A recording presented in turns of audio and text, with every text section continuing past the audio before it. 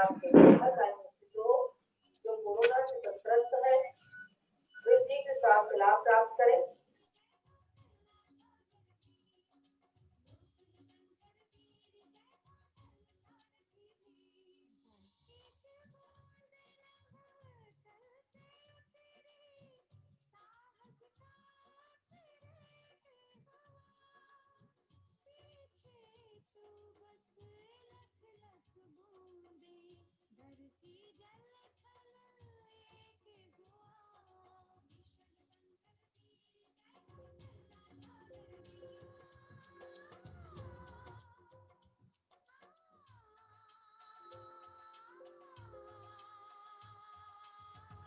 जय जय विश्व हितंकर वीर जय जय लोक हितंकर वीर जय जय धर्म सारथी वीर हितंकर वीर जय हो करुणा सागर वीर लोक हितंकर वीर जय हो धर्म सारथी वीर विश्व हितंकर वीर जय हो करुणा सागर वीर लोक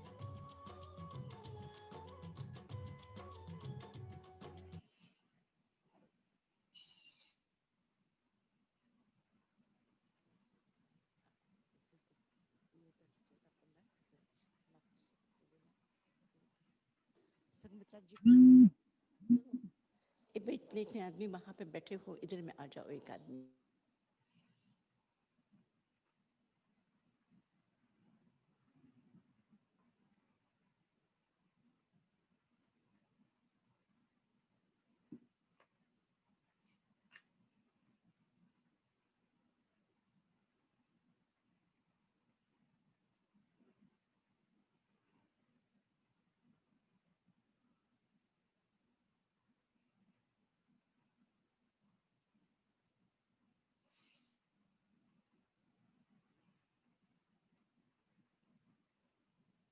तैमा, जब भी आपकी आज्ञा होगी मैं मंगलाचरण से शुरुआत करूंगी।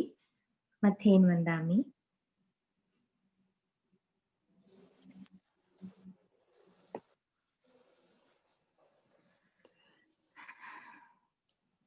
मार्सा मथेन वंदामि। नौकार मंत्र और जी, शुरू करूं मंगलाचरण और 13वां अध्याय। 14वां अध्याय। आज 14वां अध्याय। कल 13 पूरे हो गए हैं, आज 14वां अध्याय। जी, उन्हें भेज दीजिए ना, उन्हें वो कुछ देखिए, देख पंडे पाच। जी मार्सा। नमो अरहंताणं नमो नमो नमो सिद्धाणं नमो नमो नमो आयर्याणं नमो नमो नमो वज्रायाणं नमो नमो नमो लोये सवसाहुणम् एसो पञ्चनमोकारो सवपावपणासनो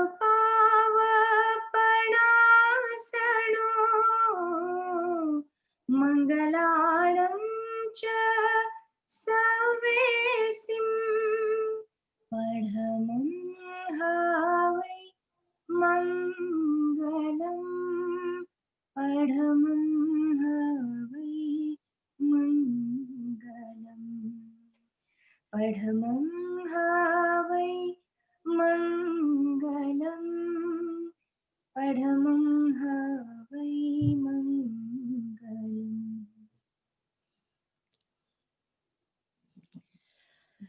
आज उत्तराखंड सूत्र का 5वां दिन और हम 14 और 15 2 अध्याय का स्वाध्याय करेंगे।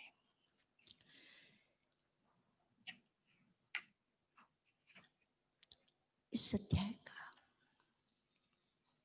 जैसे कि कल भी मैंने कहा था और बार बार इस बात को मैं दोहराती रहूंगी कि वह परम ज्ञानी, उन्हें क्या लेना देना है, लेकिन संसार के चुन चुन करके अच्छाइयों को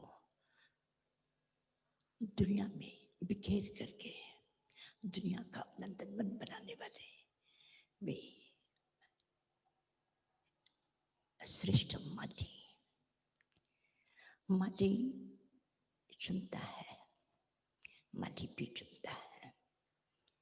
और आप जानते हैं माली क्या चुनता है? अगर वो कांटों को चुनता नहीं, कचरा चुनता है, तो उसको एक तरफ से उठा करके अलग रख देगा। लेकिन वह माली बस फूलों को चुनता है, फूलों को चुनता है, और उन फूलों को चुन चुन करके कभी भगवान को, कभी किसी प्रेम को, कभी किसी उत्सव पर वो इस तरह से उसे वह पहुंचा देता है। और तीर्थंकर महावीर भी माली हैं। उन्होंने भी दुनिया की अच्छाइयों को, जहां से एक छोटी सी भी अच्छाई देखी, उस अच्छाई को उठाया है और उठा करके लोगों तक पहुंचाने की कोशिश की है। इसके पीछे उनका उद्देश्य क्या होगा? उनके पीछे उद्देश्य यही होगा, अगर कोई परिवार में, अगर कहीं कोई गांव में, अगर कहीं कोई सामान्य व्यक्ति भी किसी भी तरह का जीवन जीता हो, अलग अलग प्रकार के जीवन की विविधताओं के अलग अलग रंग से भरे हुए जीवन उन्होंने हमारे समक्ष रखे हैं और कहा कि चिंता मत करो, ऐसा मत सोचो कि इस दिव्यता के लिए इसी प्रकार का परिवार चाहिए। सामान्य से सामान्य परिवार में भी विशिष्टतम और विशिष्टतम लोगों ने भी कहाँ लोग भोसगा सप्त होकर के अपने जीवन की यात्रा को कहाँ किस तरफ में ले चलते हैं, इसी विषय का एक और सुंदर प्रसंग, बहुत सुंदर प्रसंग। और इससे लगता है यह घटना कि हमारे आसपास में तो घट नहीं रही है, कहीं ये घटना हमारे आसपास की जिंदगी के बहुत निकट का ही कहीं कोई प्रसंग प्रभु के द्वारा हम तक पहुंचा है। करेंगे स्वाध्याय 14वां अध्याय। संघमित्रा जी।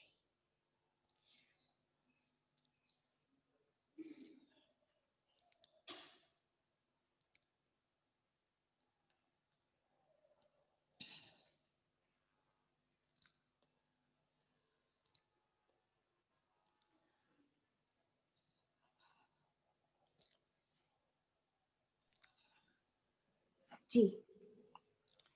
14 अध्ययनम् उसूयारिज्यम् देवा भविताणपुरे भवन्नि केयीचुयाये गविमानवासी पुरे पुराणे उसूयार नामे खाए समिद्धे सुरलोगरम में सकम शेषेण पुराकैणं कुले सुदग्गे सुयते पसूया निविन्न संसार भया जहाय जिनिन्दमग्गं शरणं पवन्ना पुमत्तमागम कुमारदोवि पुरोहियोतस्य जया सपत्ति विशालकीर्ति यतहो सुयारो रायत्थ देवी कमलावय्य जायी जरामच्चुभया विभूया बहिं विहाराभिनिविट्ट चित्ता संसार चक्रस्य विमोक्षणट्ठा तट्टूणते काम गुणे विरक्ता प्रियपुत्तगादोन्निविमाहणस्य सकम्मशीलस्य पुरोहियस्य सरित्तुपोराण्य तत्थ जायिं तहा सुचिन्नं तव संयमं च ते कामभोगे सुवसज्जमाना मानुस्सेसुं जेया विदिवा मुखाभिकङ्खी अभिजाय सद्धा तायम् उवागम् इमम् उदाहु असासयं दट्टु इमं विहारं बहुवन्तरायं नौदेहमाहु तं भागिहंसि नरैं लहामो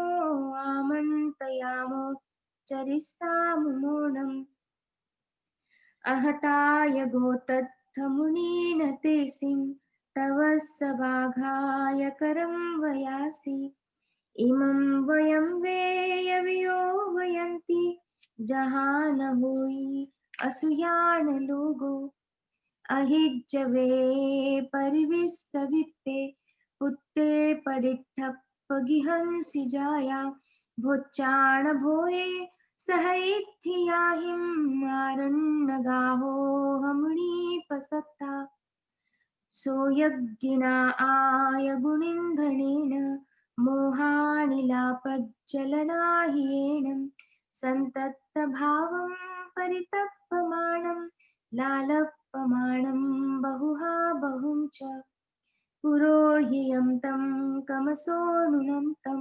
निमन्त्रयन्तं च सुवेधनेनं जः कमं कामगुणैः चैव कुमारगाते पसमिक्खवक्कं वेया अहेया न भवन्ति ताणं भुत्तादियानिन्ति न निन्तितमं तमेनं जायाय पुत्ता न हवन्ति ताणं कोणामते अनुमन्ये च एयम् कणमेत्तसौखा बहुकाल दुःखा पगाम दुःखानि गाम सुखा संसार मुखस्य विपक्ख भूया खाणी अनर्थान काम भोगा परे वयन्ते अणियत्त कामे अहो यराओ परितप्पमाणे अन्नप्पमत्ते धनमे समाने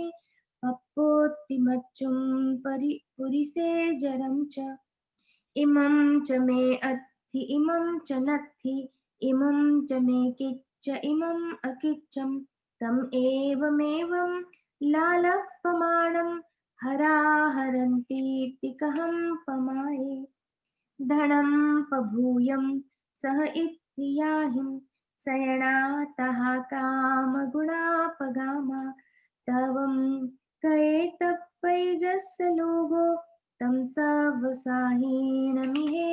तुभ्यम् धनेन किं धं मधुरा हि गारे शयनेन वा कामगुणैः चैव समणा भविष्याम गुणोहधारी बहिं विहाराभिगम भिक्खं जहाय अग्गी अरणीयु सन्तो क्षीरे घयं तेल्लमहातिलेषु एमेव जाया शरीरंसि सत्ता समुच्चयिना सैनावचित्ते नो इन्द्रियज्ञेज्ज अमुत्तभावा वियहोहि निच्चो अज्जत्थहें निययस्य बन्धो संसारहें च वयन्ति बन्धम् जहा वयं धं मम जाडमाना पावं पुराकं मम कासि मोहा ओरुज्झमाना परिरक्ष्यन्ता तं नेव भुजो विसमाय रामो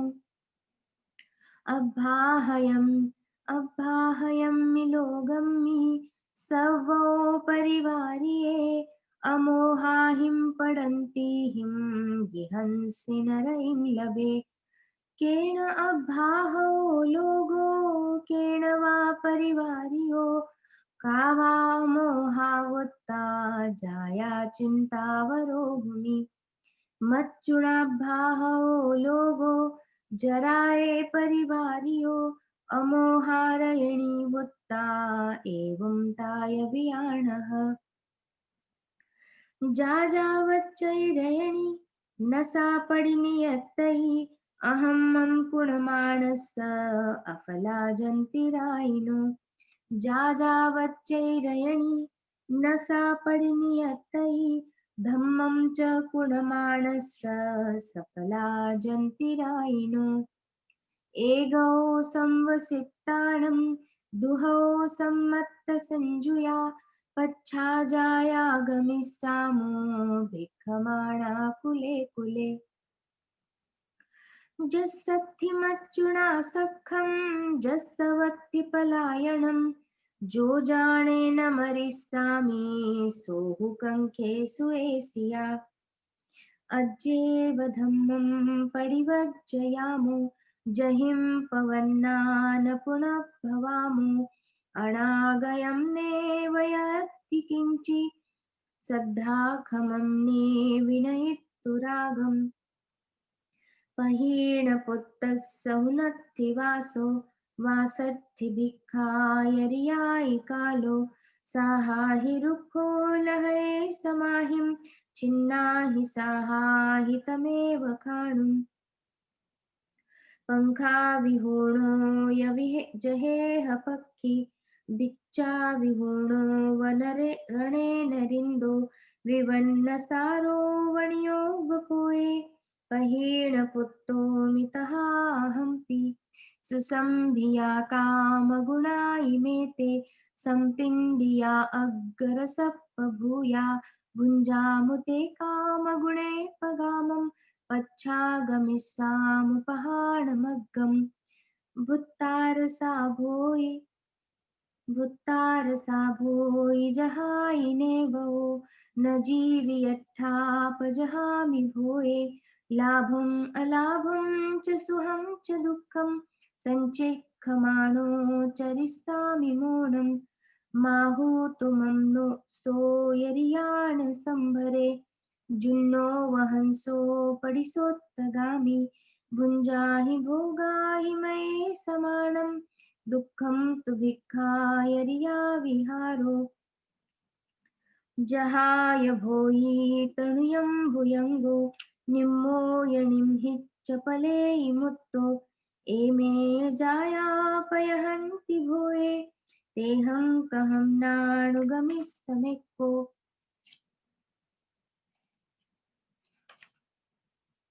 चिन्दित्तु जालम् अबलं वरोहिया मच्छा जहा कामगुणे पहाय घोरे यशीला तव सा उदारा धीराहु भिक्खायरियं चरन्ति जहेव कुञ्चा समयिक्कमन्ता तयाणि जालानि दलित्तु हंसा पलेन्ति पुत्ताय पय्यमज्झम् तेहं कहं नाणुगमिस्तमेक्का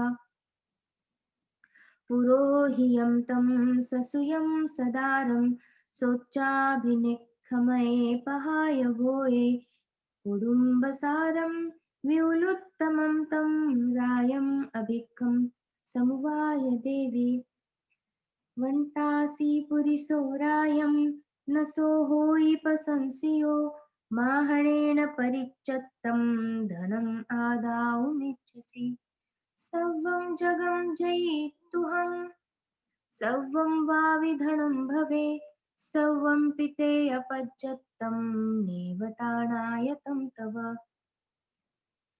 मरीहिसीराय जयातया वा मनोरमे कामगुणे पहाय एको हुदम्मो नरदेवतानं न विज्जयि अन्नमिहेह किञ्चि नाहं रमे पक्कणिपञ्जरे वा सन्तानचिन्ना चरिष्यामि मूढम् अकिञ्चना उज्जुकड़ा निरामिसा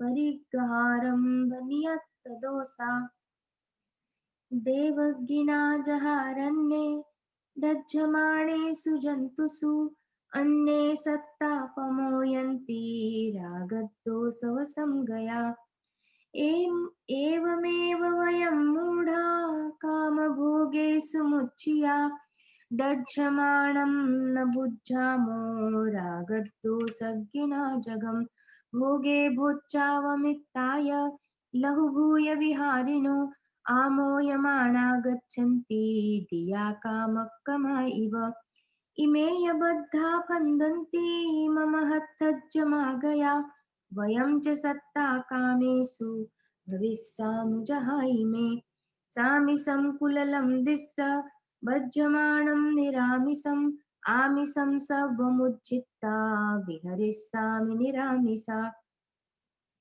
गिद्धोवमेव नच्चाणं कामे संसारवर्धने उरगो सुवर्णपाशेव संकमाणो तनुचरे नागो बन्धनं चित्ता अपणो वसहिंवये एयं पथ्यं महाराय उस्यारिति मे श्रियम् चैत्ताविउलं रज्जं कामभोगे यदुच्चये निर्विषया निरामिषा निन्नेहा निपरिग्रहा सम्मं धम्मं वियाणिता चिच्चा कामगुणे चरे वरे तवं पगिज्ज हक्खायं घोरं घोरपरक्रमा एवं ते कमसो बद्धा सव्वे धम्मपरायणा जम्ममच्चु भौविगा दुःखसन्तगवेसिनो शासने विगयमोहाणं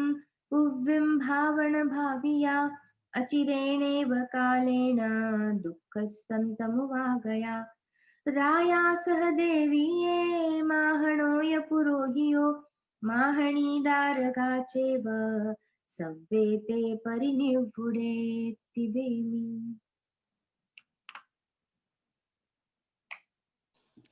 चौदहवें अध्याय में इसकी बात करने के पूर्व 12वें अध्याय के विषय में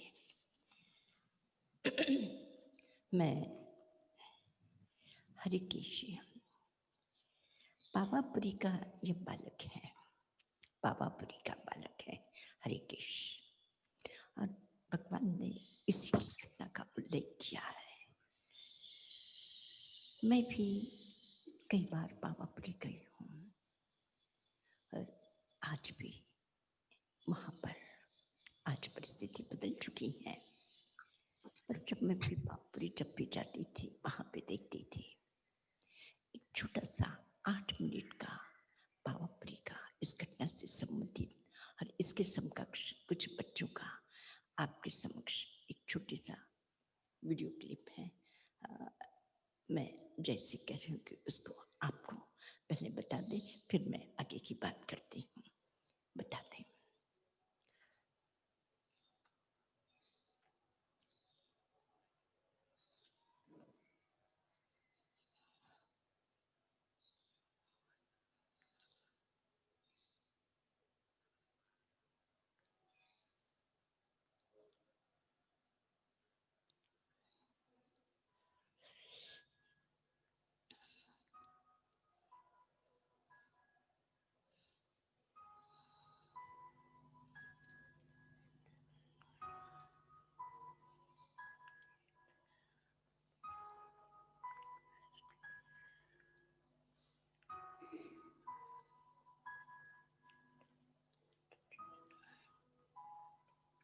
कई बार पावापुरी जाने का मुझे सौभाग्य प्राप्त हुआ है। निश्चित रूप से उस मंदिर के आसपास जाने के बाद तीर्थंकर महावीर की अनगिनत स्मृतियों ने मुझे घेरा है। आंखें यद्यपि वर्तमान को देखती हूँ, लेकिन जो मन, विचार और भावनाएं बस अतीत को, महावीर को जानना, सुनना और समझना चाहती रही, पर उन गलियों में से जब मैं गुजरती, ऐसे अर्धनग्न बच्चे, कमजोर बच्चे, पूरे बदन पर अधूरे कपड़े और हाथ में कभी कोई भिक्षा पात्र या इसी तरह से खाली हाथ, और पास की बस्ती वो एक सामान्य से घर, और घर क्या कहा जाए, सामान्य से ऐसी झोपड़ियां, चारों तरफ में कचरा, गंदगी और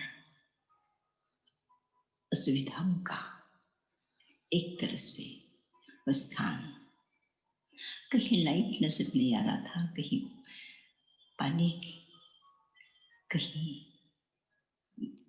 बाथरूम, टॉयलेट। और इसी तरह से क्या हो सकता है जहां इन असुविधाओं के बीच में लोग रहते हों, उन लोगों की स्थितियां क्या होंगी। बस इधर उधर जाकर थोड़ा बहुत श्रम करके वो कमा लेते होंगे, और वो बच्चों को क्या शिक्षा देंगे, क्या उनके भविष्य के विषय में विचार करेंगे, उनके निर्माण के लिए कौन सी दिशाओं का वो चयन करेंगे। बस इधर से उधर, उधर से इधर बच्चे मांग लेते हैं, कुछ कमा लेते हैं, वो कुछ मेहनत करके कुछ पैसा लेके आते हैं, और किसी तरह से परिवार इधर उधर की मेहनत करके बस देखती हूँ बच्चों को, सोचती कि बच्चों के लिए कुछ किया जाना चाहिए।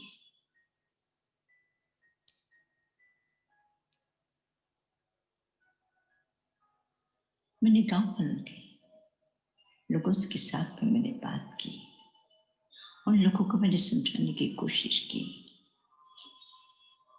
पर थोड़ा सा ऐसा लगा कि इतनी आसानी से इन बच्चों को स्कूल में भेजना, शायद कुछ हाँ कर रहे थे, कुछ इनकार कर रहे थे, किसी ने सहयोग देने की बात कही, और मैं उस रास्ते से गुजरती और बच्चों को बुलाया, बच्चों से कहा, बेटा तुम लोग पढ़ना चाहते हैं?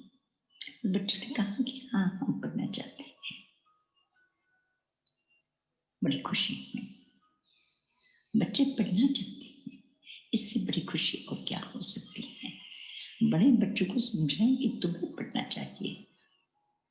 बच्चों ने पढ़ने की जब बात कही तो मैं कलकत्ता गई थी उन दिनों में। अरे गंगा जी बहुत भावनाशील, मैंने जब कहा तो उनका भी मन पावापुरी के लिए समर्पित था। उन्होंने कहा कि अगर पावापुरी में कोई स्कूल बनता है तो मेरी इच्छा है कि ये करें। सोहनलाल जी की तरफ में उसने संकेत करके कहा कि एक स्कूल अगर बना दे तो अच्छा है, और उन दोनों की भावनाओं ने कहा कि ठीक है आप एक स्कूल वहां पर बना दीजिए। कई वर्षों से ये बात चल रही थी, और अंत में वहां पे एक स्कूल का निर्माण हुआ, और आज वे बच्चे, मतलब इस प्रकार से मैं उनकी उस अतीत की उनकी स्थिति को पुनः दोहराकर उनके मन को कहीं पर भी थोड़ा सा भी आहत नहीं करना चाहती। मैं ऐसा चाहती हूँ कि उनका जो भविष्य है बेहद बेहद उज्जवल है। आज वे बच्चे जिस तरह से स्मार्टली आगे बढ़ रहे हैं, बौद्धिकता की दृष्टि से उन सामान्य बच्चों को हम कह करके उनको यूं ही उपेक्षित करके आगे निकल जाते हैं। वे बच्चे भी बच्चे होते हैं। हर बीज वृक्ष बनने की क्षमता के साथ ही पैदा होता है, और उन बीजों को एक थोड़ा सा एक अच्छा मालिक चाहिए, और अगर वह माली है तो कहीं न कहीं से साधन जुटा करके उस बीज में से वृक्ष को अंकुरित करने का उसके पास में इतना किमया है, जादू है। बस इसी प्रकार से जो गुरु होते हैं वो नहीं देखते कि क्या है, इसमें क्या योग्यता है, ये क्या कर सकता है, और कभी ऐसा नहीं सोचता, जो भी है जहाँ भी है उसी में से, उन साधनों में से उस व्यक्ति को आगे बढ़ने के लिए मौका देता है, अवसर देता है। हरिकेश विद्यालय आने वाले वर्षों में किसी भी अच्छे विद्यालय के समकक्ष अपना स्थान बना लेगा। आज वे बच्चे हंसते हैं, खेलते हैं, मुस्कुराते हैं, आकर के बस पकड़ लेना चाहते हैं, हाथ पकड़ लेना चाहते हैं, और आने वाले समय में निश्चित रूप से पावापुरी, ये पावापुरी जो भगवान महावीर के आज से 2500 वर्ष पूर्व के उस अहिंसा के संदेश को, वो जो एक मुस्कान दुनिया को दी थी, आज उसके संदेश वाहक, उसके देवदूत बनकर, उसके जीवित एक ऐसे स्मारक बनकर के वो दुनिया में घूमे। बस इस भाव के साथ मैंने हरिकृष्ण विद्यालय के लिए और इसके लिए अपना साथी संघ जिस प्रकार से मेहनत कर रहा है, विशेषकर संप्रज्ञा जी ने जिस प्रकार से उसको संभाला है, संभाला है, मैं उसको अंतःकरण पर धन्यवाद दे रही हूँ कि मैं उसे उसकी इस कार्य में और अधिक सुंदरता आए और अधिक योग्यता आए और बच्चे तेजस्वी बने और उनके लिए जो भी कुछ करना है जिससे और बच्चों के लिए होता है, उन बच्चों की प्रगति के लिए कहीं पर किसी भी प्रकार से हम लोगों की तरफ से कमी न हो।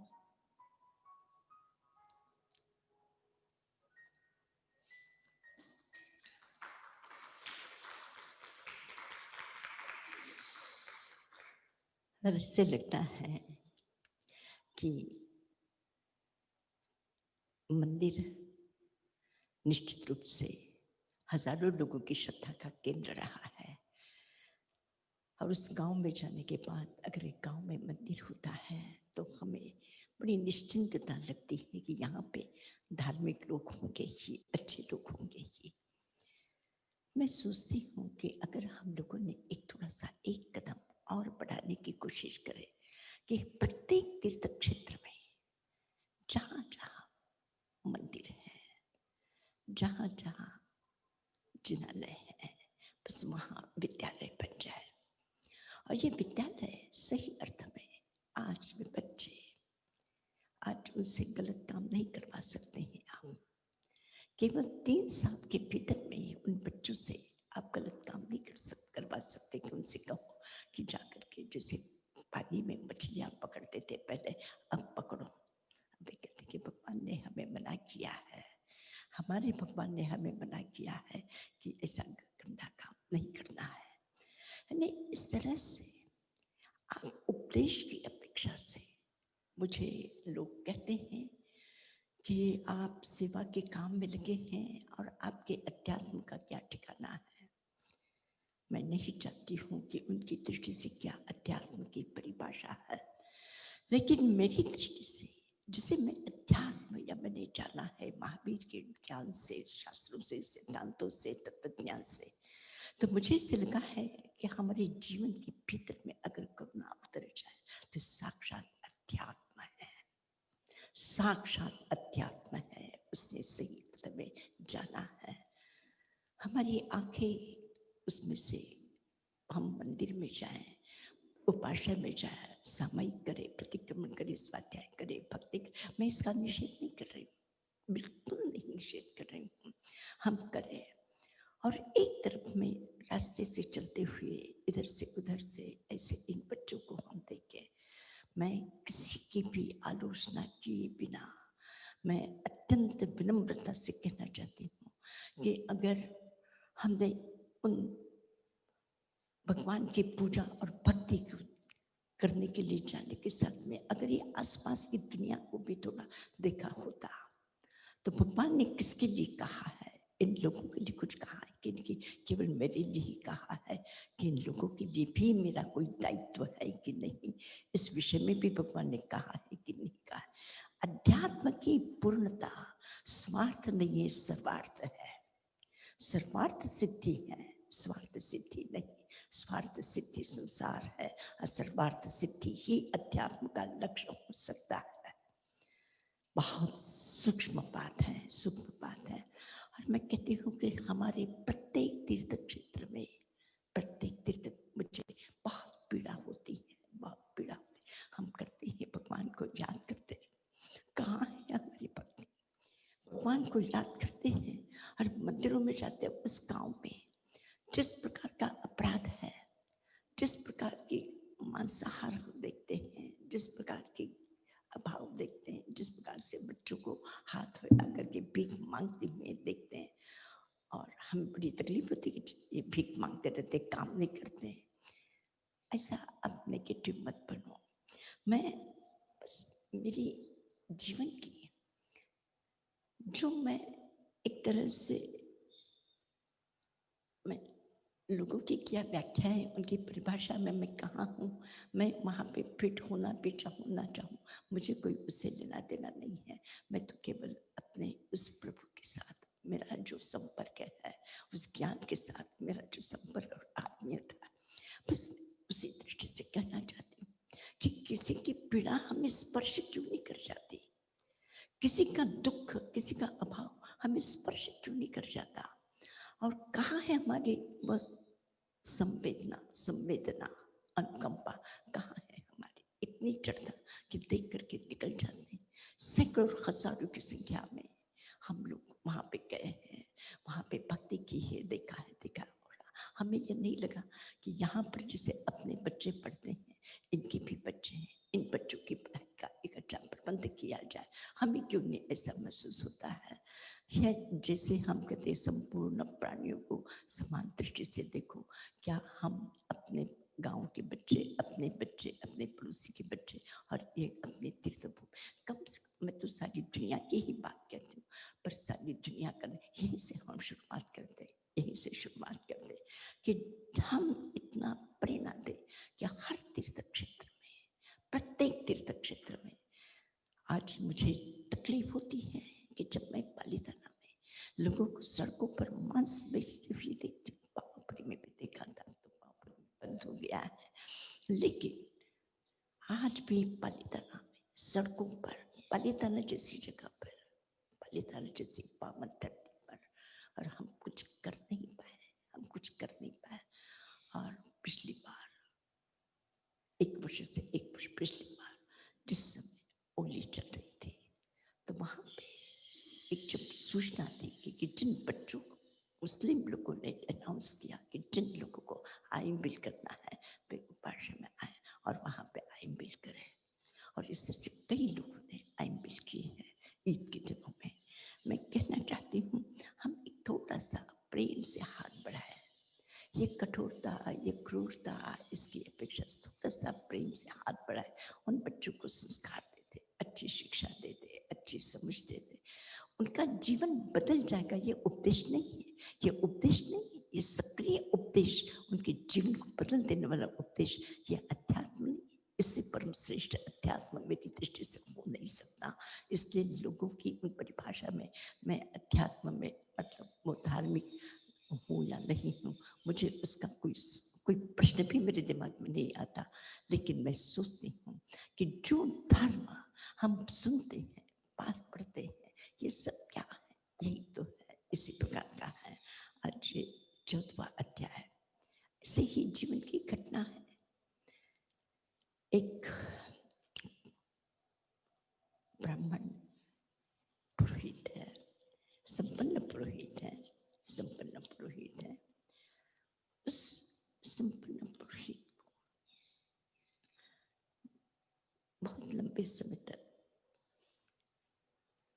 बच्चे नहीं थे। बालक नहीं होने से उनको लगता था कि हमारा भविष्य क्या होगा, हमारा भविष्य क्या होगा। बस एक दिन उन्हें भी किसी ने सूचना दे दिया कि नहीं, तुम्हें 2 बच्चे होंगे, लेकिन साथ ही कह दिया कि देखो बच्चे तो होंगे, लेकिन वे तुम्हारी इस संपदा को संभालने वाले नहीं होंगे, लेकिन वे दीक्षा ले लेंगे, साधु बन जाएंगे, संसार छोड़ देंगे, देखा जाएगा, बच्चे होंगे तो हम संभाल लेंगे उनको। कुछ समय के बाद 2 बच्चे, वो 2 बच्चे बहुत अच्छे बच्चे, वे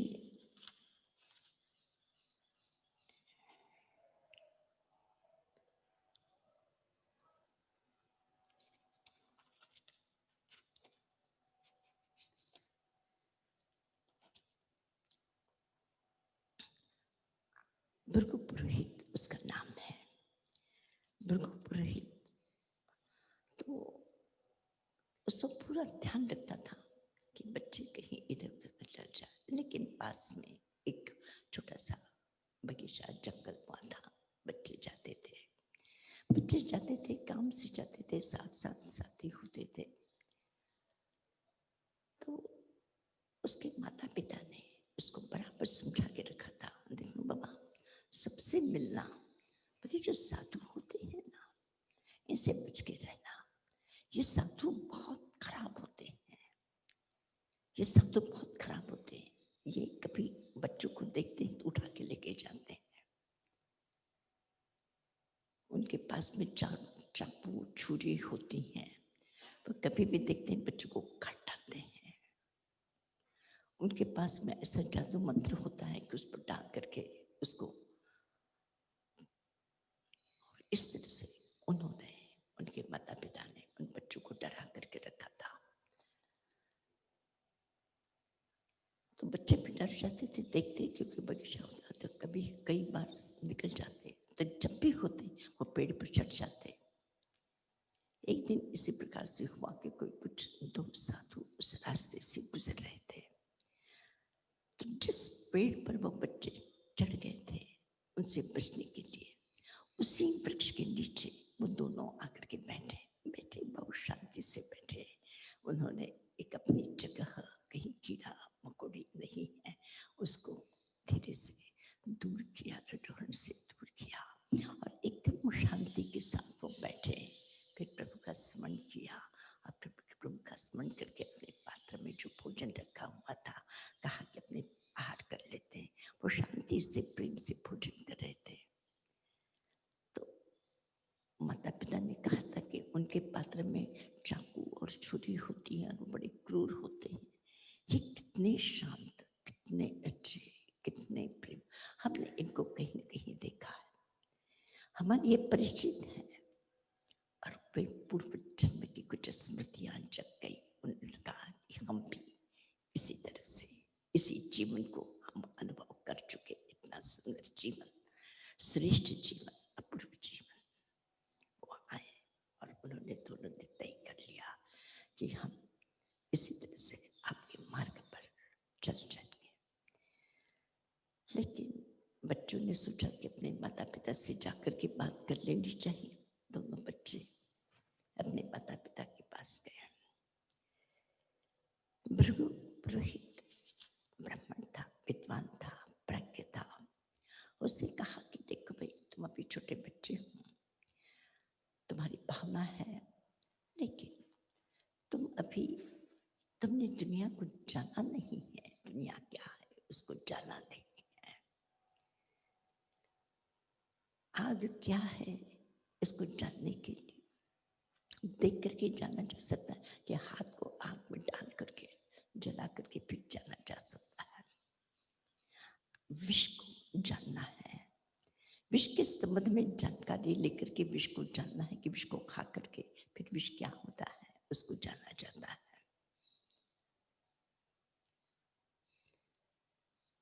पैर फिसल जाए तो गिर पड़ते हैं, चोट लग जाएगी, तो इसको किसी को देखकर सुन करके जाना जा सकता है कि हमें फिसलना नहीं है, गिरना नहीं है। इस तरह से हमारी जानकारी होती है कि हम भी चले, फिसले, गिरे, चोट लगाए, फिर सोचे कि हाँ गिरने से चोट लग जाती है। प्राज्ञ व्यक्ति, नासमझ व्यक्ति गिरने के बाद में भी दोबारा गिरता रहता है। नासमझ व्यक्ति की ठोकरें लगती रहती है और फिर भी चलते रहते हैं फिर उनको। लेकिन समझदार व्यक्ति को एक बार अगर पता लग जाए कि यहाँ कोई भी आदमी स्लिप हो सकता है, तो दोबारा वहाँ पे चलते हुए सावधानी बरतेगा, और सावधानी बरत करके रास्ते से दूसरे रास्ते से लेकर जाएगा। लेकिन ना समझ व्यक्ति फिसलता रहेगा, गिरता रहेगा, चलता रहेगा, उसी प्रकार से धंधा वो करता रहेगा। प्राज्ञ व्यक्ति नहीं करता। उन बच्चों ने कहा हमने देखा है, हमने चलना है, हम देख रहे हैं संसार क्या है, हमें इस प्रकार से गिर कर के चोट लगाने वाली बात हमें नहीं करनी है, हमें नहीं है। पर वो पुरोहित भी प्राज्ञ था, प्राज्ञ था, प्राज्ञ था। उसने सोचा कि बिल्कुल ठीक कर रहे हैं बच्चे, जिन अध्ययन करते करते और इसी तरह से यही बात हम जानते रहे हैं। अगर ये बच्चे इस प्रकार से इस संन्यास के मार्ग पर, त्याग के मार्ग पर, साधना के मार्ग पर चलना चाहते हैं, तो हम भी इसी मार्ग पर चलने के लिए उत्सुक लोगों ने, उस पुरोहित ने तय कर लिया कि पुरोहित की पत्नी वो थोड़ी सी टेढ़ी थी। कहा कि क्या है, अब तुम लोग ही जा ही रहे हो तो मैं अकेले बैठे बैठे क्या तुम्हारे पीछे रोती रहूं? मेरा तो मन तो नहीं है, लेकिन तुम अगर सभी इसी तरह से। उसने अपने पति को समझाने की कोशिश की, बच्चों को समझाने की कोशिश की कि नहीं नहीं। तो अधिकांश में घरों में हम देखते हैं, और एक इसी प्रसंग का आगे का चरण है कि स्त्रियां ज्यादा धार्मिक होती हैं, स्त्रियां जल्दी प्रभावित हो जाती, भावनाशील है। दिमाग वाला आदमी प्रभावित नहीं होता। दिमाग वाला आदमी, मैं भी बहुत जल्दी प्रभावित हो जाती हूँ। भावनाशील व्यक्ति प्रभावित हुए बिना रह नहीं सकता। लेकिन ये महामाया प्रभु की पत्नी, उसको थोड़ा सा पति को समझाना पड़ा कि देखो भाई, जब अपने बच्चे, ये छोटे बच्चे इस सत्य को समझे, इस संसार की वास्तविकता को जान रहे हैं, हमें तो इतना समय हो चुका है, हमने जाना है संसार की वास्तविकता क्या है, इसको हम जानते हैं अच्छी तरह से। और अगर इस संसार की दलदल में फंसना नहीं चाहते तो हमें भी उस रास्ते पर चल पड़ना चाहिए। और चारों के चारों तैयार हो गए। काफी संपत्ति थी, काफी राजाओं के सम्मान से उन्हें बहुत कुछ प्राप्त हुआ था। अब उस संपत्ति का करे तो क्या करे, उस संपत्ति का करे तो क्या करे, तो बस सोचा कि इस संपत्ति को बस राजकोष में भेज दिया जाए, राजकोष में भेज दिया जाए। और उन्होंने अपना सारा सामान गाड़ियां भर भर करके राजा ने कह दिया था, हाँ जो किसी का नहीं है वो राजा का है, राजा का है। राजा की संपत्ति, जो कि राज्य उसका है, उसके जिसका कोई नहीं है उसकी सारी संपत्ति राजकोष में ही जमा होनी चाहिए। और राजा ने कह दिया था, शुकार राजा था, उसने कहा कि ठीक है भेज दो सारा धन। वो गाड़ियां भर भर करके जैसे आ रही थी, शहर में काफी शोर शराबा था कि ये इस प्रकार से। और राजा शुकार की, उसकी जो पत्नी है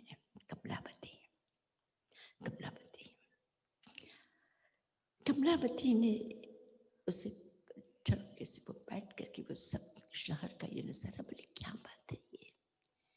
उसे जानकारी मिली, वो जानकारी प्राप्त होते ही सीधी ही उठी और उठ करके वह सभा में गई।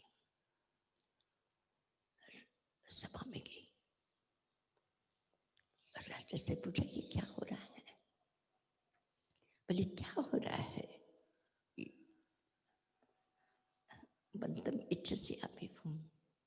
अरे जिस व्यक्ति ने त्याग कर दिया है, इसका जो शब्द है वो बड़ा ऐसे लगता है कि सचमुच में, अगर सचमुच में इस शब्द का अर्थ मर्म समझ में आ जाए, जिस व्यक्ति ने वमन कर दिया है, वमन कर दिया मतलब छोड़ दिया, त्याग दिया है, जिसने त्याग दिया है उस गंदगी को तुम खाना चाहते हो, तुम इसको पीना चाहते हो। जिसने वमन कर दिया उसको तुम खाना चाहते हो, जिसने वो त्याग कर दिया है उसको तुम अपने यहाँ लेना चाहते हो। तुम्हें क्यों नहीं मन होता कि वो छोड़ रहा है तो तुम भी छोड़ दो। वह अगर त्याग कर रहा है तो तुम भी त्याग क्यों नहीं करते हो, तुम उसको क्यों नहीं सोच छोड़ रहे हो। गजब की बात है, गजब की बात है। क्या सोचते हो, इमम च में अति इमम च नथी, इमम च किच इम किच, बस यही सोचते रहोगे कि मैंने ये किया है, ये प्राप्त किया, इकट्ठा किया है, इतना करना और इतना करना बाकी, इतना राजकोष खाली है, ये बाकी, उनका ये बाकी, ये किया और ये करना बाकी है, इसमें पड़े रहो। और इस तरह से तुम ये त्यागी हुई संपत्ति को जीवन में इकट्ठा करके, मनुष्य इस तरह से, इससे बड़ा और उसकी हार कौन सी हो सकती है। ये निंदनीय हार है, निंदनीय हार है। बस मैं कहती हूँ कि एक संसार में एक ऐसा भी रहा है कि जिन लोगों ने छोड़ने के लिए एक से एक बढ़ करके कमलावती जैसी नारी ने, रानी नारी है। नारी हो, स्त्रियों को तो कहते हैं कि बस ये काफी संपत्ति का, इसका उसका, परिग्रह का, वस्तुओं का, पुरुषों को इतना आग्रह नहीं होता जितना स्त्रियों को। मैं नहीं जानती हूँ कि स्त्रियों को भी। तो कमलावती जैसी नारी एक आदर्श है कि वो नहीं चाहती कि व्यर्थ का किसी का त्यागा बंधन उसके कोष में आ जाए, वो नहीं चाहते। वो कहते कि वो छोड़ सकता है, तुम क्यों नहीं छोड़ सकते हो, तुम क्यों नहीं छोड़ते हो। उसने अपने मरी ही सिराया जया दयावा। जानते हो राजा, एक दिन तुम्हें भी मरना है ये सब कुछ छोड़कर, और जो छोड़ करके मरना है तो फिर छोड़ी हुई वस्तु को इकट्ठा करके तुम ये क्या अनर्थ कर रहे हो। छोड़ो उसको, छोड़ने की हिम्मत चाहिए, छोड़ने की हिम्मत चाहिए। कहा कि मैं छोड़ दूंगा, फिर बाद में खा पी लूंगा, थोड़ा व्यवस्था कर लूंगा, फिर छोड़ूंगा। तो उन सक्कम को खुद से तुम्हारी मृत्यु के साथ दोस्ती लगती है, मृत्यु के साथ दोस्ती लगती है। जो मृत्यु के साथ जिसकी दोस्ती हो तो कहीं भी आज नहीं कल आएंगे। अभी तो काफी, अभी तो टाइम है, इतनी जल्दी क्या है, करना भी है तो बहुत थोड़े दिन के बाद, थोड़े वर्षों के बाद फिर करेंगे। ऐसी उतावल क्या है, मृत्यु से तुम्हारी दोस्ती है। और एक तरह से जिस तरह से उसने कहा कि जहाँ ये नाको बस जहाँ को, कितना सुंदर है कि जैसे कहीं अग्नि है, अग्नि है, अग्नि में जैसे कोई, देखो दुनिया में सबकी भूख कितना खाओ, उसके बाद कम से कम जो पेट है वो अपने सीमा को जानता है।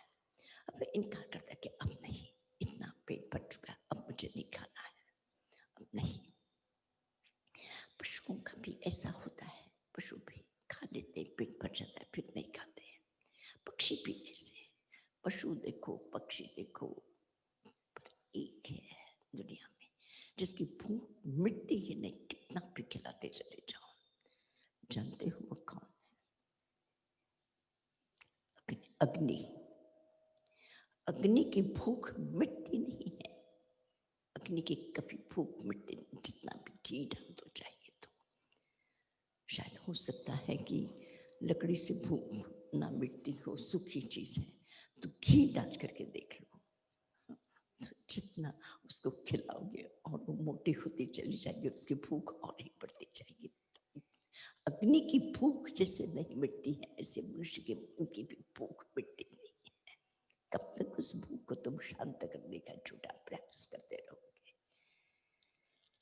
और इस तरह से इतना सुंदर, तो जैसे ही कमलापति ने कहा कि राजा, और राजा भी समझ गया, संभल गया। कहा कि क्या चाहते हो तुम? कहा बस मैंने तो संकल्प कर लिया, मैं इस संसार की इस सारी विडंबनाओं को देख करके संसार से विरक्ति हो गई है, अब मैं यहाँ पे रहना नहीं चाहती। वहां भृगु पुरोहित नहीं चाहता था, उसकी पत्नी पीछे, यहाँ पत्नी चाहती है, पत्नी के पीछे पति। बस परिवार में कौन जाग सकता है इसका निश्चित नहीं है कि स्त्रियां ही बहुत सुंदर धार्मिक होती हैं, कभी पुरुष भी होते हैं, कभी स्त्रियां भी होती हैं, दोनों में से कोई होता है, कोई नहीं होता है। और वे भाग्यशाली है कि बातचीत के बाद में एक रस के साथ में मिल पड़ते। 6 के 6 लोगों ने दीक्षा ले ली, दोनों बेटे भृगु और उसकी पत्नी और ये ऋषिकांत और कमलावती।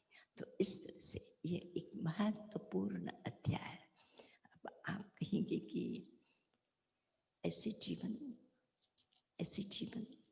कि जो जीवन की दीक्षा की बात करते, संन्यास की बात करते हैं, तो कोई संसार में सभी ऐसा हुआ जा सकता, ऐसा नहीं होता।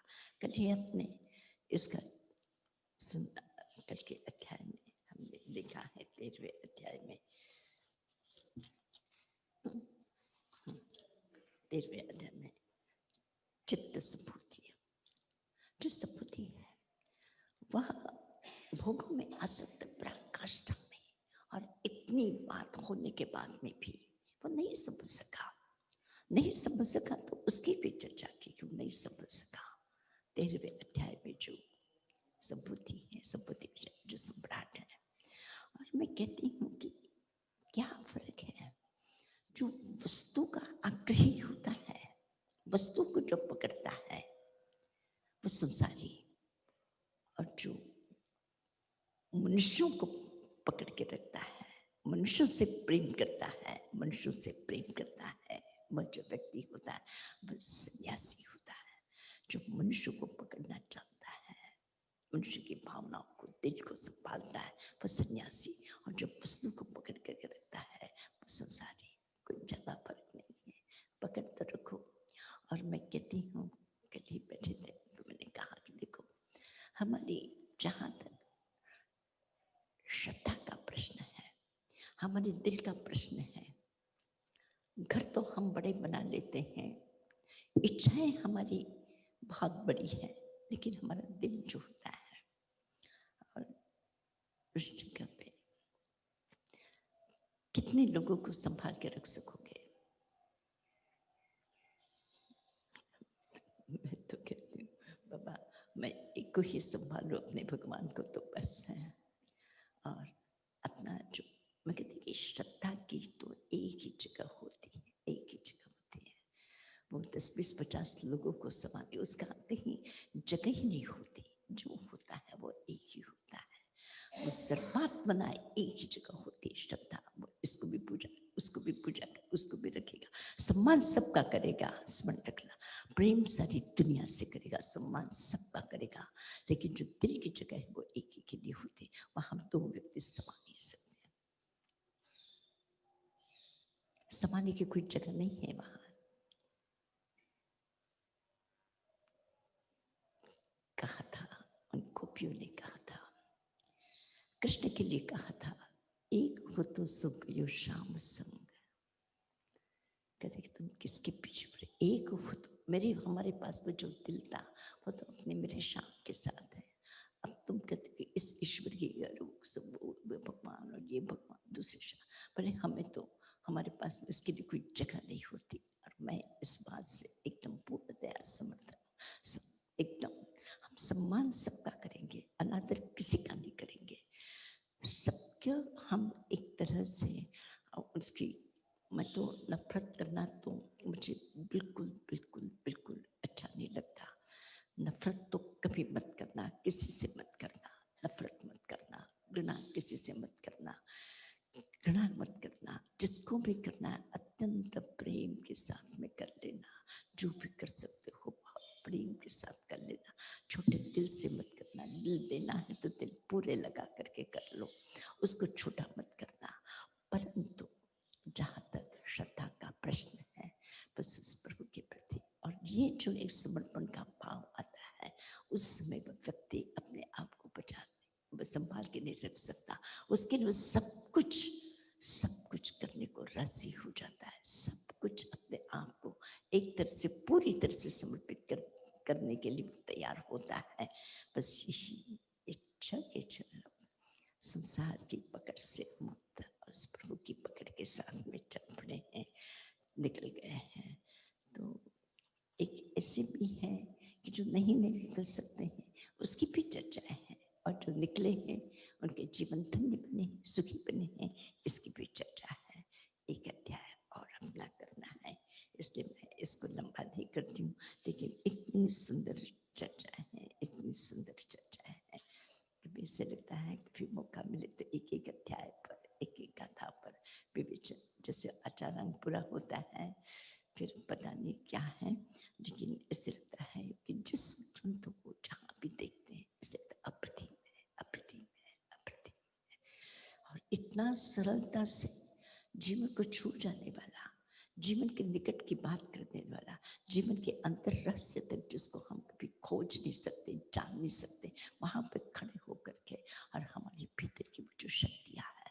सबसे बड़ी बात है कि हम दुनिया को एक तरह से वह एक, जिसको हम क्या कहते हैं कि मूर्ख है, अज्ञानी है, ना समझ है, तो थोड़ी सी अपना भी अगर खोल करके देख लो तो अपने को लगेगा उससे भी भयंकर जाल तो जंगल तो यहाँ पे पड़ा है, यहाँ पे पड़ा है।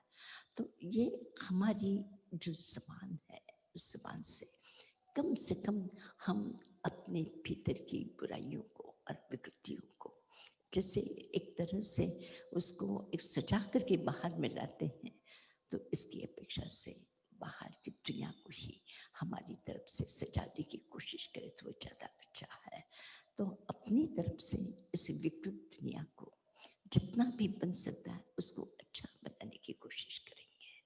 हम भीतर से जितने अच्छे हैं तो हमारी उन अच्छाइयों को हम बाहर में ला करके दुनिया को अच्छा ही बनाने का प्रयत्न करेंगे, उसे खराब करने की कोशिश कभी नहीं करेंगे, कभी नहीं करेंगे।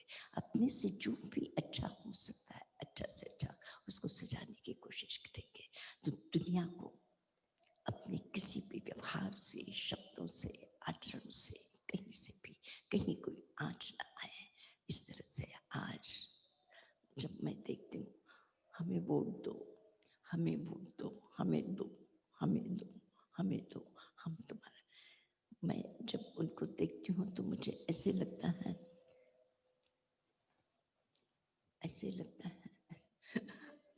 मैं किसी का अनादर तो नहीं करती हूँ, न मैं ट्रम्प का अनादर करती हूँ, न बाइडेन का अनादर करती हूँ, न नीतीश जी का अनादर करती हूँ, न पता नहीं कौन कौन तेजस्वी का अनादर करती हूँ, किसी का मैं अनादर तो नहीं करती हूँ। लेकिन अगर मुझे कोई कहे कि मुझे वोट दो तो मैं कहती हूँ मैं तो उस दुनिया में कहूँगी कि बाबा मुझे नहीं चाहिए, वोट नहीं चाहिए, मुझे नहीं चाहिए, मुझसे जो भी कुछ हो सकता है मेरे प्रभु से मैं प्रार्थना करूँगी हर क्षण, और मैं कहूँगी कि आज हम इस भूमिका पर इस 70 साल के निकट 50-60 साल के बाद, इसके बाद में भी जिंदगी में ये समझ में ना आ जाए कि जिसके लिए हम इतने बड़े बड़े आश्वासन देते हैं पता नहीं कर पाए या ना कर पाए, लेकिन हमारी अपनी जिंदगी ऐसे रास्ते पर चलते हुए भिखारियों में हम में अंतर क्या है, मुझे समझा दीजिए क्या अंतर है। मुझे तो मैं तुम्हारा कल्याण कर दूंगा, तुम अपना तो कल्याण कर लो बाबू, सबसे पहले अपना तो कल्याण कर लो कि मुझे ये इस प्रकार से अपना याचक बनकर की दुनिया में खड़ा नहीं होना, इतना तो योग्य बना दो, इतना तो छोटा सा कल्याण अपना कर लो, फिर दुनिया का कल्याण करने के लिए निकलना। मुझे तो ये जब पदों की ये जब लालसा में देखती हूँ तो मुझे ऐसे लगता है अरे रे रे ये ऐसे, अरे भगवान अच्छा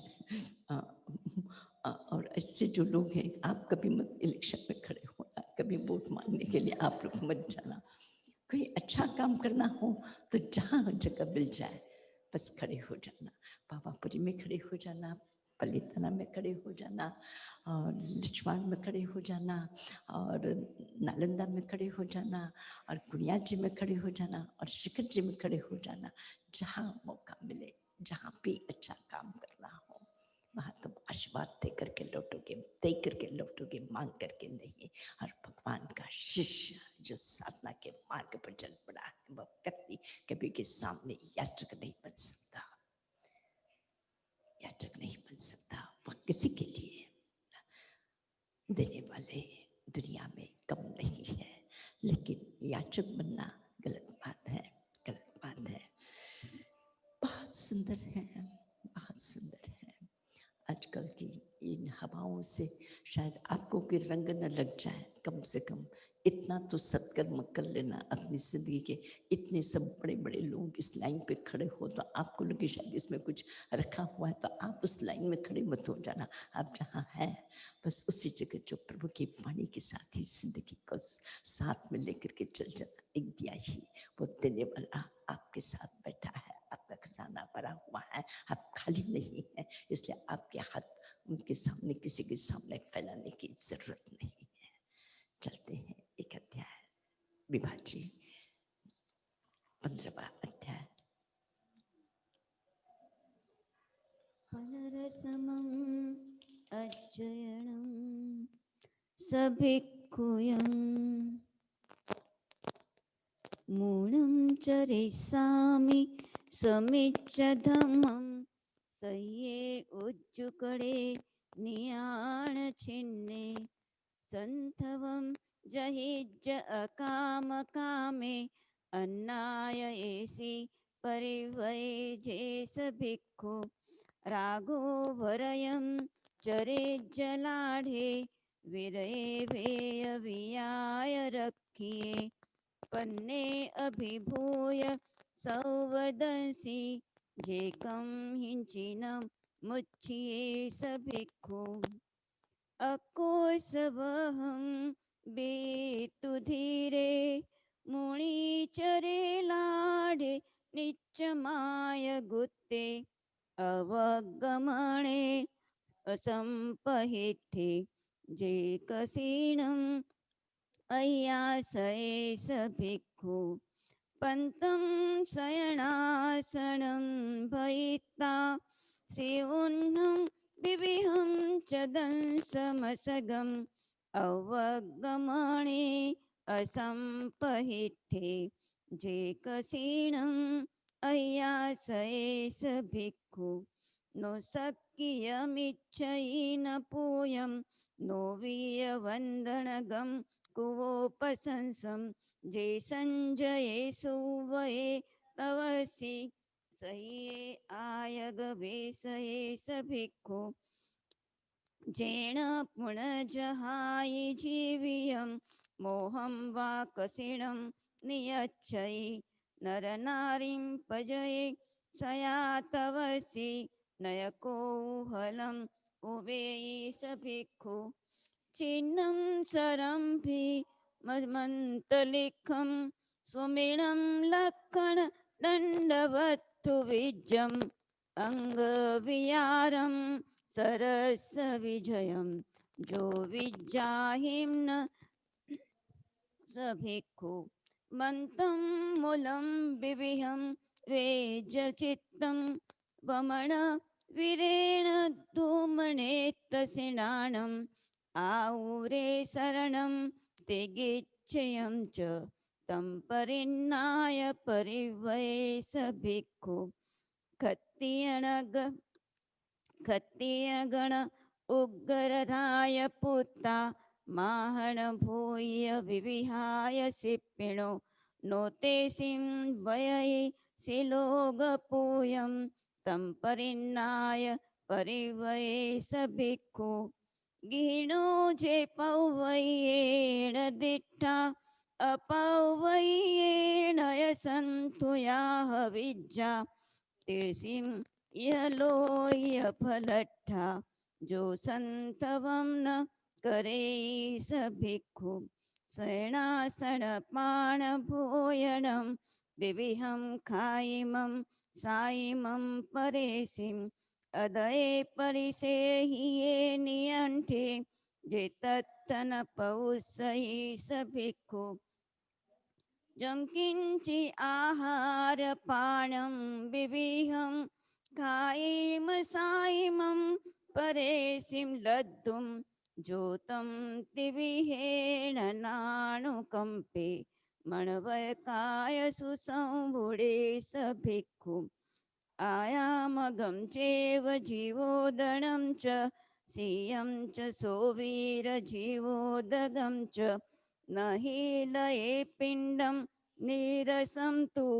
पन्तकुलायं परिवये स भिक्खु सद्दा विविहा भवन्ति लोये दिव्वा मानुषगातः तिरिच्छा भीमा भयभैरवा उराला जो सोच्चान वही जयी स भिक्खु वादं विविहं समीचलोए सह्ये खेयाणु गए कोवियप्पा पन्ने अभिभूय सौवदंसि अविहेडये स भिक्खु असिपजीवो अगिहे अमिते जी इंद्रिये सौवो विपमुक्के अणुकसाई लहु अपभक्खि चेच्चागिहं एकचरे सभिक्खुतिभिमि।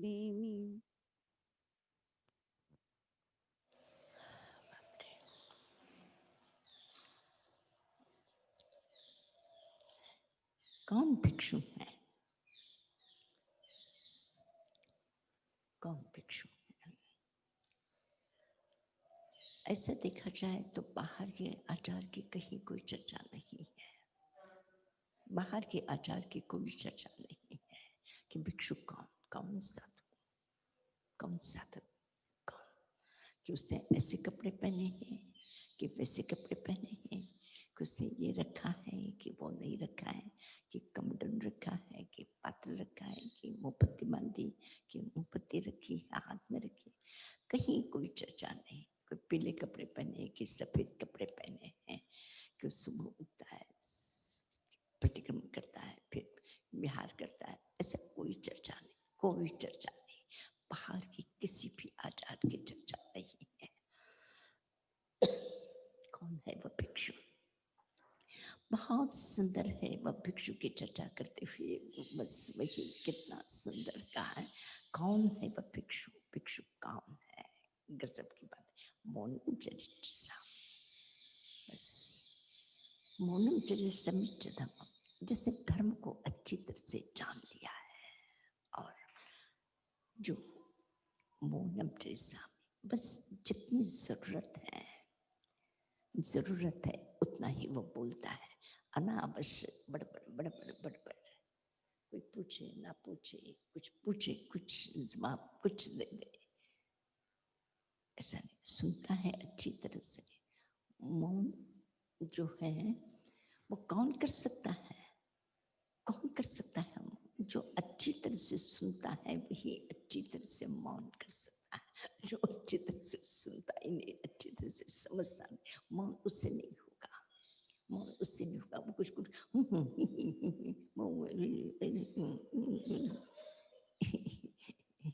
इस मौन का मजाक है, मौन है कि मजाक है? इसे तो दो शब्द बोल ही तो ज्यादा अच्छा है। मौन करते हैं कि जिसकी वाणी पर संयम है। मौन उसे कहते हैं कि कितना बोलना है, कितना बोलना है। जो बोलना है वो विचारपूर्वक बोला है, सही बोला है। जो बोला है वो जो शब्द है, जिस शब्द पर बस हमारी एक तरह से एक शक्ति है। शब्द हमारी शक्ति है, सबसे बड़ी शक्ति है। परस्पर संपर्क करने का सबसे श्रेष्ठ माध्यम शब्द है। और श्रेष्ठ माध्यम का उपयोग अगर श्रेष्ठता से किया जाए, कान तो किसी से दूसरों से संपर्क करने के लिए प्रेरित हो सकता है, लेकिन कान तो किसी दूसरे को कान के द्वारा, नाक के द्वारा, आँख के थोड़े बहुत इशारे हो जाते हैं, शरीर के द्वारा थोड़े इशारे हो जाते हैं, लेकिन शब्द है, 5 साधन है हमारे बाहर की दुनिया के साथ संपर्क करने के। 5 साधन है हमारे। उन 5 साधनों में सबसे महत्वपूर्ण साधन और शब्द है। इसे मनुष्य तो उस श्रेष्ठतम साधन का उपयोग करते समय जितना अच्छी तरह से विचार करके उसका उपयोग करोगे, मनुष्य मौन करता है वो मुनि होता है। मौन करता है वो मुनि होता है।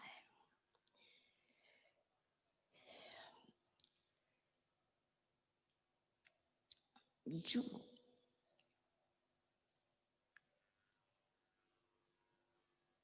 जिसने एक पूर्व संपर्क है अपने परिवार के हों, रिश्तेदारियां के हों, जातीयता के हों, किसी की भी हो, हमारे अपने जो संपर्क को छोड़ चुका है, अलग कर चुका है अपने आप को, अनासक्त हो चुका है, उच्चुकड़े, जिसका स्वभाव सरल, जटिल नहीं, सरल। और समझ लेना जितना सरल होगा, जो बांस है, बांस, एक बांस सरल बांस होता है जो सीधा, और एक बांस ऐसा जो जटिल होता है, ऐसा जटिल, उसकी जो जो उसकी जड़ें होती हैं, बांस की जड़ें बड़ी उलझी हुई जटिल होती हैं। ऊपर से तो हमारा मन सरल, लेकिन भीतर से जटिल जटिल जटिल जटिल, उसकी जड़ें बड़ी जटिल। तो जितना जटिल हो जाओगे उतनी जड़ता आ जाएगी, जितनी जड़ता आएगी उतनी कोई चीज तुम्हारे में प्रवेश नहीं कर सकेगी। जो सरल होगा बस उसी में। और जानते हो ये संगीत, जो बांस सरल होता है इसीलिए उसमें से संगीत पैदा होता है। किसी टेढ़े मेढ़े बांस में से उससे बांसुरी नहीं बन सकती, टेढ़ी मेढ़ी, उससे संगीत पैदा नहीं हो सकता। भगवान ने कहा है उच्च करे, और फिर यही बात ज्ञान जितने कि मैं ऐसा करूंगा तो ऐसा होगा, ये करूंगा इसके लिए मैं ये करूंगा, अगर मेरा ये होगा तो मैं करूंगा। वो किसी संकल्प के साथ किसी अच्छाई के चक्कर में नहीं जाता। किसी काम को करना है, बस उसे अच्छा लगा है, स्वाध्याय अच्छा लगा है, लेकिन ये होगा तो मैं इसके लिए ये करूंगा, ये होगा तो इसके लिए मैं करूंगा। ये इस प्रकार से नहीं, जिसका स्वभाव बन जाए, स्वभाव बन जाए, इतना सुंदर स्वभाव बन जाए। बस ऐसे अनेक प्रकार के जो कठोर वचन और वध, दोनों ही शब्द अकुवनम, एक जो क्रोध है, कठोर वचन है, वो वध है, वह हिंसा है। कठोर वचन हिंसा है, अकुवा वध है, वह हिंसा है। यानी कठोर वचन एवं वध, और इसी तरह से ये मारपीट, ये साधु बनकर के मैं मारपीट कर दे, हाथ उठाते। मैंने तो अपनी जिंदगी में, मुझे याद नहीं आता कि मैंने किसी पर भी हाथ उठाया हो। कभी 70 साल हो रहे हैं, बचपन में तो ऐसे खेल कूद में कुछ किया हो, बात अलग है। साधु होकर के हाथ उठा ले किसी पर, नहीं, वो सोच भी नहीं सकता, उसके मन में आ ही नहीं सकता कि वो किसी पर हाथ उठाते हैं। वो स्पष्ट लिखा है कि वो मारपीट नहीं करेगा, जो साधु है वो मारपीट नहीं करेगा। एक ऐसे शांत होता है, संयम में उसके प्रशस्त होता है, आश्रय से अपनी आत्मा को गुप्त रखता है, और एक तरह से अपने आप को बाहर की व्यर्थ के बंधनों से मुक्त रखता है, बचा के रखता है। वो कभी उसमें आकुलता या इसी प्रकार से कोई बहुत खुशी की बात हो तो नाचने कूदने भागने लग जाए, ऐसा हर्षाती भी उसके पास नहीं होता। और जीवन में शरीर है, शरीर की आवश्यकता है। कैसा भोजन मिलता है, जैसे भी मिल जाए, जैसा भी होगा, रूखा सूखा प्रांत बचा हुआ, मत सोचो कि कौन सा भोजन है। शरीर है, भूख लगी है, जैसे भी मिला है बस वैसे भोजन को करने में उसको कभी भी किसी भी प्रकार से ये नहीं होता। और इस प्रकार से बहुत सारे साधु के संबंध में उन्होंने चर्चा की है कि ये नहीं होता, वो नहीं होता। खुद ही वाद विवाद नहीं करता दुनिया के, किसका इसका मत ये है और उसका मत वो है, और ये धर्म श्रेष्ठ है और वो पंथ श्रेष्ठ है, इस प्रकार की वो बात भी वो नहीं करता। तो एक तरह से ये साधु जीवन इस प्रकार से होता है। इस प्रकार से 15वां अध्याय जो हम अपना जीवन चलाने के लिए, जीवन को चलाने के लिए कुछ व्यवस्थाएं कर ले, ऐसा कुछ नहीं होता, तो निरपेक्ष होता है। आज हम अच्छी तरह से जी रहे हैं, खुशी से जी रहे हैं, साधना के साथ जी रहे हैं। आज है, नहीं है तो नहीं है, कोई बात नहीं, उसकी परवाह किए बिना एक सुंदर जीवन होता है। भगवान ने कहा है सुंदर जीवन है, श्रेष्ठ जीवन है। ये साधुओं के लिए है, गृहस्थों के लिए नहीं है।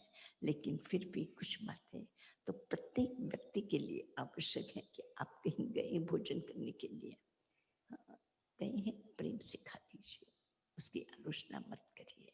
जैसे है उसके घर में जो है, जिस तरह से बनाना जानता है, उसकी कभी आलोचना मत करना। कभी कभी कभी किसी के यहाँ पे गए, कहीं पे भोजन करने के लिए गए, बस कह देना, धन्यवाद दे देना, कृतज्ञता ज्ञापित कर लेना, लेकिन उसके लिए कभी अपशब्द मत बोलना, इतना तो कर सकते हो।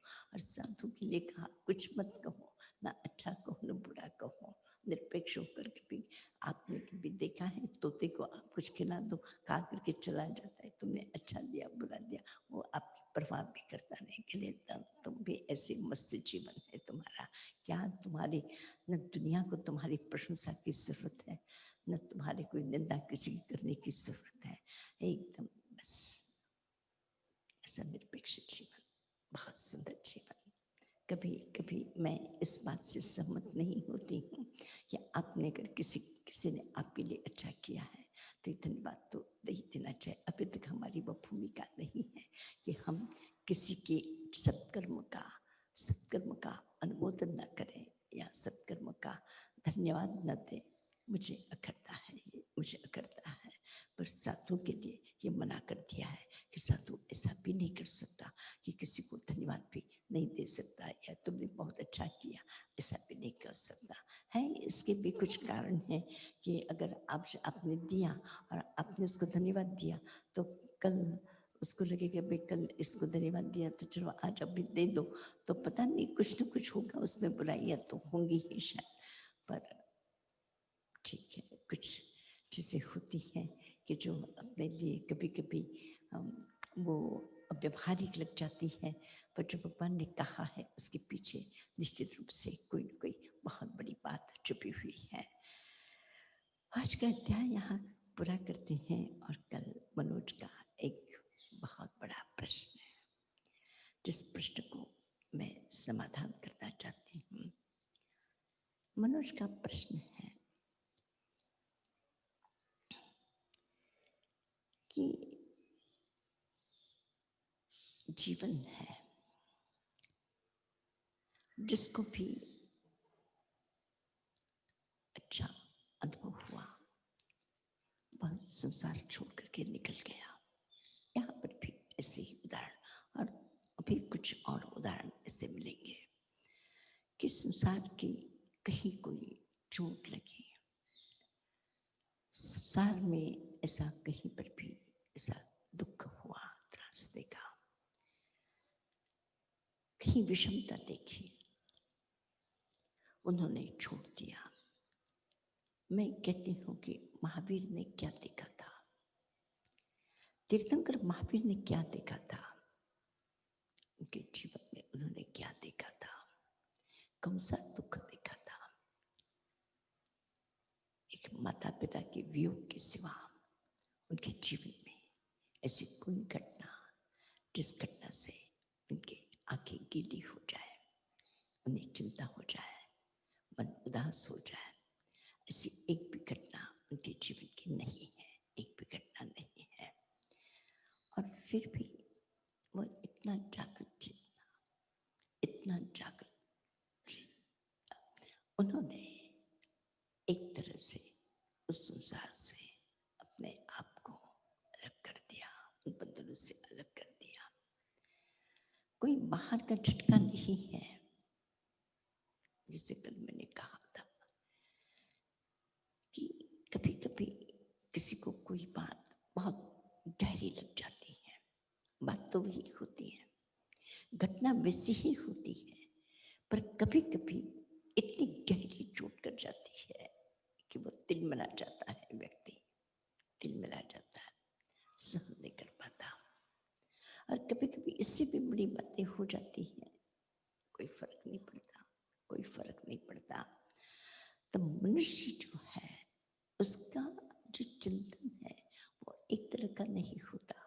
अलग अलग परिस्थितियों में, अलग अलग व्यवस्थाओं में, अलग अलग स्थितियों में एक अलग अलग तरह से वो बहता रहता है। जैसे हवाएं कभी ठंडी होती हैं और कभी गर्म होती हैं, तो कुछ अनुकूल ठंडा वातावरण हो, उस समय का वातावरण कभी गर्म होती, कभी सूरज अपने प्रभाव से हवाओं को गर्म कर देता है। ऐसे ही संसार की परेशानियां हो तो हवाएं गर्म हो जाती हैं, तप जाता है, जैसे सारी चीजें तप जाती है। तो बाहर की दुनिया में सूरज जैसे तपा देता है और ठंडी जैसे हवाओं को ठंडा कर जाती है, ऐसी ही तरह से हमारे जीवन के साथ में भी होता है कि जो गर्म होता है वह कड़ा होता है, होता है। तो एक तरह से मैं मनोज से फिर कहना चाहती हूँ कि मनोज, तुम्हारा फिर से वापिस इसके अतिरिक्त और कुछ जानना हो। जो घटनाएं हमारे सामने घटती हैं, ऐसी घटनाएं उन लोगों के सामने भी वैसी ही घटनाएं घटी है। कोई नई घटनाएं नहीं है, लेकिन कोई घटना, और हम अपनी ही जिंदगी की बात करते हैं, वही घटना, उसी प्रकार का वातावरण, उसी प्रकार के शब्द कभी हमको बहुत छू जाते हैं, स्पर्श कर जाते हैं, दिल को आर पार छेद देते हैं। और वैसी ही घटनाएं बहुत बार घट जाते हैं, सामान्य तौर पर लेकर के निकल जाते हैं। तो मनुष्य की चेतना का निश्चित नहीं, कहीं अच्छा वातावरण हो, खुश मिजाज हो तो बात सरलता से ली जाती है। कभी दुखी जीवन हो तो उस समय की जो घटनाएं घट जाती हैं तो वो बहुत गहराई तक चोट कर जाती हैं। मैं आपसे कहना चाहती हूँ कि इस प्रश्न को अगर दोहरा दो और वापिस और कुछ जानना चाहो तो मैं थोड़ा सा स्पष्टीकरण और इस विषय पर कर दूँ। मनोज, मनोज का अनम्यूट करने के लिए। नहीं जी महाराज साहब, वो बात समझ में, ये बात समझ में वो आगे वो आती है, परंतु अभी तक शायद समय लगेगा। पर उलझन में ये उस उलझन में हूं कि सुन लेते हैं, उस पर चिंतन भी करते हैं, उस पर श्रद्धा भी होती है, आचरण करने का बहुत मन भी होता है, और उस आचरण करने के लिए अपने आप को इस लंबी यात्रा के लिए कैसे गृहस्थ जीवन में रह के इस समय, आगे का पता नहीं, पर कैसे तैयार किया जाए, वो थोड़ी सोच। एक तरफ जैसे दूसरे अध्याय में मैंने देखा भगवान ने 22 परिचय के बारे में बताया था, और ये आज का जो अध्याय आपने बताया उसमें बताया साधु जीवन में कैसे उन 22 परिचयों में से कुछ बातें लिखी गई है, और मैंने आगे के 2-3 अध्ययन और भी पढ़ लिए हैं। उसमें भी ये बताया है सूत्रों में कि कैसे वो करते हैं। तो उससे मेरे को एक बात, सॉरी मैं थोड़ा लंबा बोल रहा हूँ, पर उससे मेरे को आपकी वो आचारांग सूत्र में जब आपने भगवान महावीर में जब संगम की कहानी बताई थी, तो आपने समझाया था कि हमें ज्ञाता दृष्टा भाव से देखना चाहिए, सहन करना चाहिए और रिएक्ट नहीं करना चाहिए। तो एक तो ऐसा लगता है कि जब ये विषय हमारे पास साधारण तौर से हमारे जीवन में आते हैं, या फिर कभी हम वो विषयों को करते हैं, तो शायद हमारी वो टॉलरेट करने की शक्ति, ज्ञाता दृष्टा की शक्ति बढ़ती है। परंतु मन के विकार जो है वो खाली विषयों को सहन करके शायद दूर नहीं होते हैं। मन के विकारों को दूर करने के लिए मानसिकता में बदलाव लाना बहुत जरूरी है कि हम किसको किस तरह से सोचें। तो बस उसी उलझन में हूं कि इस मार्ग पे चलने के लिए ये कैसे दो तीन बातें जो इस उत्तराध्याय में सूत्र ने पढ़ी है कि मन वचन काया से रिएक्ट नहीं करना चाहिए, इंद्रियों को काबू में लाना चाहिए, मन को काबू में रखना चाहिए। और आपके मैंने ये भी पढ़ा कि ये सब करना शायद शुरू में अच्छा होता है। आपकी जो टिप्पणी है शुरू में कि शुरू में शायद ये नियम है या ये जो भी तप है शुरू में अच्छा होता है। बस ये उसी उलझन में लगा हूं थोड़ा, शायद कि आगे कैसा बढ़ा जाए। और उस समय फिर वो श्रीमद राजचंद्र की बात आती है कि कभी कभी उनके जीवन को मैंने पढ़ा नहीं है कभी, पर वो भी जो गृहस्थ जीवन में थे तो उन्होंने भी क्या इन सारे उत्तराध्याय सूत्र में जितनी बातें थी उन्होंने अपने गृहस्थ जीवन में भी अडॉप्ट किया। और एक सवाल आता है कि क्या फिर साधु जीवन ही जरूरी है? बिना साधु जीवन के उस मार्ग पे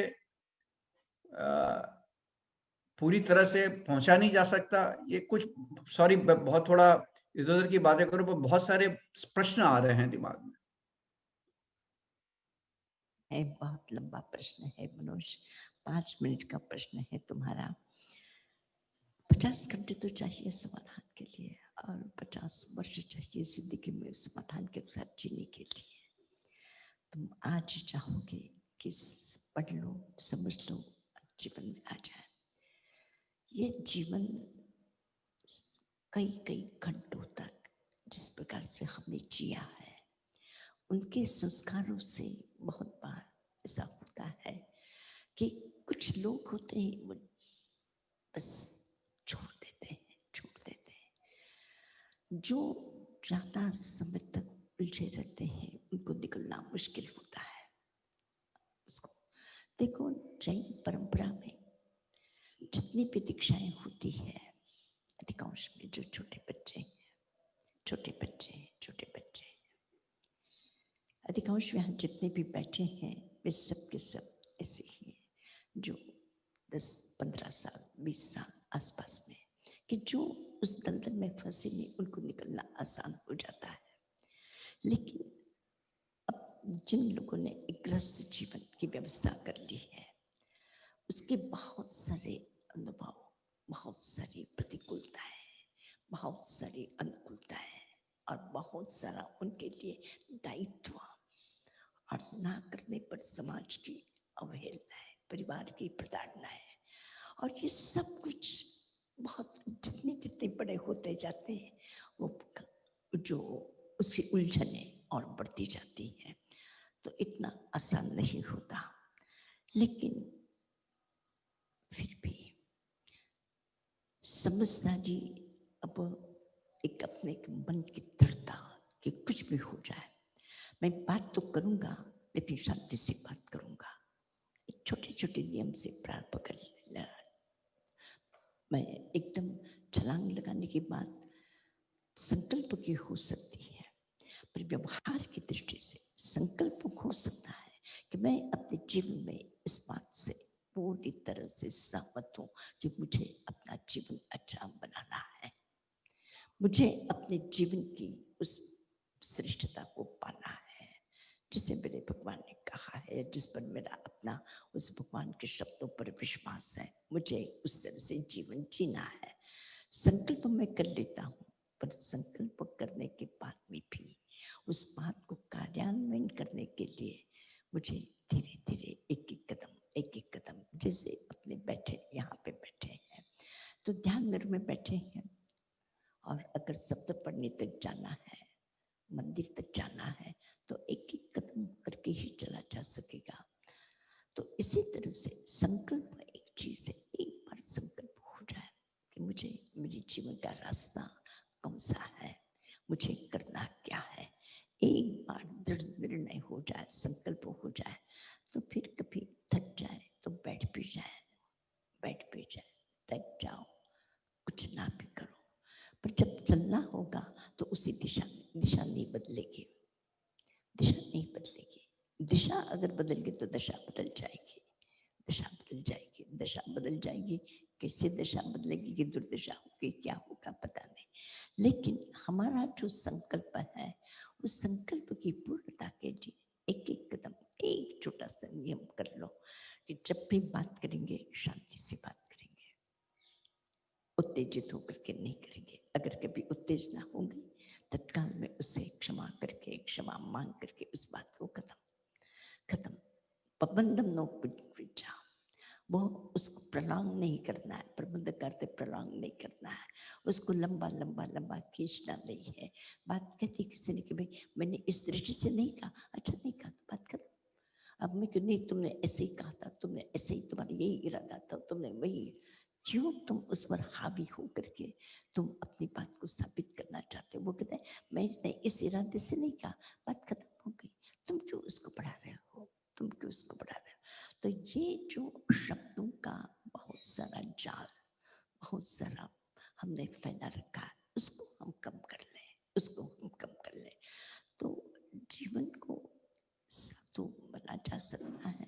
मनोज अगर तुम चाहो तो मुझे तो बहुत बार मन करता है मैं कि तुम्हें दीक्षा की बात कर दूं, तो बस थोड़ा सा 1-2 साल तक एक तरह से अध्ययन हो जाए तुम्हारा, और उस अध्ययन के बाद में अगर इस बात से एक तरह से से कहा जा सकता है कि उस पूर्णता को तुम प्राप्त कर सकते हो, तो चलो शुरुआत कर दो। कोई भी एक छोटा सा नियम, कोई भी छोटा सा नियम कि मैं उत्तेजित नहीं रहूंगा, उत्तेजना में कोई काम नहीं करूंगा, नहीं बोलूंगा, तो व्यवहार करूंगा किसी के साथ में, जब भी होगा मैं मौन हो जाऊंगा, बोलते बोलते भी आ जाए, मैं अब नहीं बोलूंगा, फिर बात खत्म। तो एक तरह से इतना दृढ़ता के साथ में एक संकल्प करके चले चलो, बस रास्ता निश्चित रूप से तुम प्राप्त कर सकोगे। बहुत खुशी की बात है कि इतना अच्छी तरह से उसको समझ रहे हो, विचार